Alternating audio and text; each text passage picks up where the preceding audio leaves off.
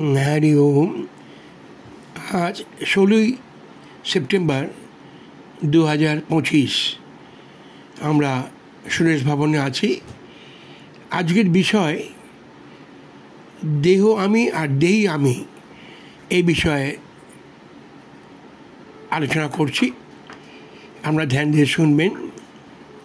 প্রথমেই আমি গীতা থেকে টানি, দেহি নিত্য আবদ্ধ দেহে সর্বস্ব ভারতঃ। গীতায় স্বয়ং শ্রীকৃষ্ণ বলছেন দেহের মধ্যে দেহি আছে নিত্য আবদ্ধ অবস্থায়, এটাকে অনুভব করতে বলছেন।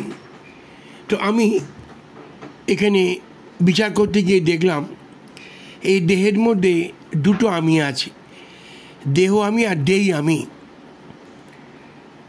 দেহ আমি বাইরের যে প্রকৃতির আন্ডারে আছে বলে, বাইরে যে প্রকৃতির যে ভাবধারার তার আবেশ, তার আবেজে ও মত্ত হয়ে আছে, সেই জন্য দেহ আমি বাইরের চাওয়া পাওয়া নিয়ে পড়ে আছে, বাইরের দিকে তার দৃষ্টি তাকিয়ে আছে। উপনিষদও বলছেন দিগ ব্রহ্ম দৃশ্য মায়া, যিনি দেখাচ্ছেন তিনি ব্রহ্ম, আর যা দেখছি মায়া।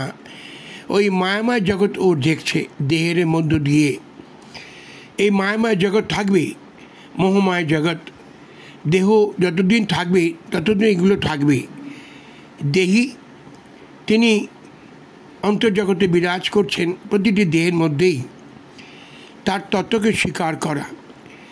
দীক্ষা মানে ওই আত্মজ্ঞান ব্রহ্মজ্ঞানে আসা, আত্মতত্ত্বকে স্বীকার করা। কে আছে বলে আমার দেহটা উজ্জীবিত প্রাণবন্ত হয়ে আছে। সেই জন্য বলেছি এর আগে যে তুমি আছো বলে আমি আছি, তুমি ছেড়ে দিলে আর আমি নাই। এই তুমিটা হচ্ছে দেহি, আর আমিটা হচ্ছে দেহ আমি। এই দেহি আমি আর দেহ আমির এই সংঘাতের মধ্যে এসে সংঘাতও হবে, সমাধানও হবে। সমাধান হচ্ছে এই যে দুটো মিলিয়ে আমাকে চলতে হবে, কিন্তু দেহিকে প্রাধান্য দিতে হবে। যত বেশি আমি আমার দেহকে প্রাধান্য দেব, তত আমার দেহের মূল্য বাড়বে, মূল্যবান হবে। রবীন্দ্রনাথের গানের মধ্যে আছে যে আমার কাছে আমি সবার চেয়ে দামি।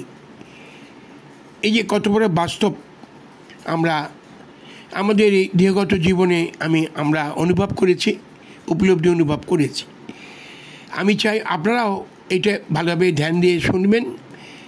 দেহ আমি আর দেহি আমির এই পার্থক্যটা ভীষণভাবে প্রাসঙ্গিক বর্তমান যুগে, যেখানে আমরা বাইরের নানান আচরণ নিয়ে মেতে আছি বটে, সেগুলো হয়তো একদিন অমূল্য হয়ে যাবে। এই মূল্য থাকবে না, মূল্যহীন হবে। তিনি অমূল্য সম্পদ। এই বোধ যখন আসবে তখন হতাশ বোধ আসবে।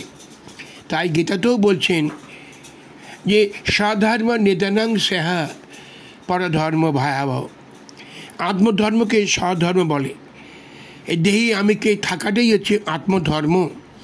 আর দেহ আমি নিয়ে মেতেছে, এটা বাইরের ব্যাপার। দেহকে অবজ্ঞা করা যাচ্ছে না, দেহটাকে মেনে নিতে হবে এইভাবে যে তুমি আছো যতক্ষণ, ততক্ষণ তো আমি আছি। আমার যা কিছু চাওয়া পাওয়া তুমি তো জোগাচ্ছ, তুমি তো আমাকে বহন করে নিয়ে চলেছ, অথচ তোমাকে ভুলেছিলাম। এইভাবে একে অপরের সঙ্গে সম্পর্ক গড়িয়ে নিতে হবে। এই সুযোগ দীক্ষার মাধ্যমে হয়। সেই জন্য দীক্ষার খুবই প্রয়োজন আছে। আত্মজ্ঞানকে দীক্ষা বলে, ব্রহ্মজ্ঞানকে দীক্ষা বলে। সেই জন্য নিজেকে জানা, আপনাকে এই জানা আমার ফুরাবে না, এই জানার সাথে হবে তোমায় চেনা। কে আছে আমার সঙ্গে তাকে জানাই হচ্ছে দীক্ষার সার্থকতা। এটাকে বাস্তবে আনতে গেলে এই দুটোকেই নিয়ে চলতে হবে। প্রকৃতি, গীতায় বলছেন প্রকৃতি ক্রিয়া মানানি গণ্যই কর্মাণি সর্বস্ব অহংকার বিমলাতা কত মিতি মন্যতে। দেহ প্রকৃতির বশে চলছে, আর তিনি কর্তা, দেহ কর্তা নয়।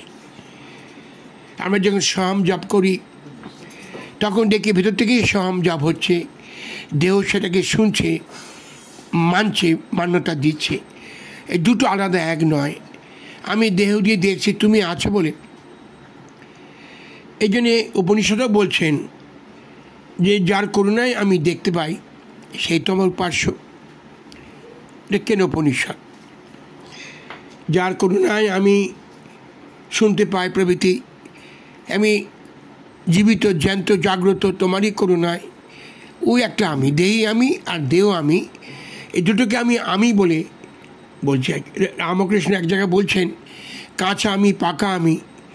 পাকা আমি হচ্ছে দেহি আমিকে বলছেন পাকা আমি, আর দেহ আমিকে বলছেন কাঁচা আমি। এইভাবে দেহ আর দেহি এই পার্থক্য ভালোভাবে আস্বাদন করবেন, বোঝবার চেষ্টা করবেন। এই বলে আমার বক্তব্য শেষ করছি। যদি কার কোনো প্রশ্ন থাকে আপনারা প্রশ্ন করবেন।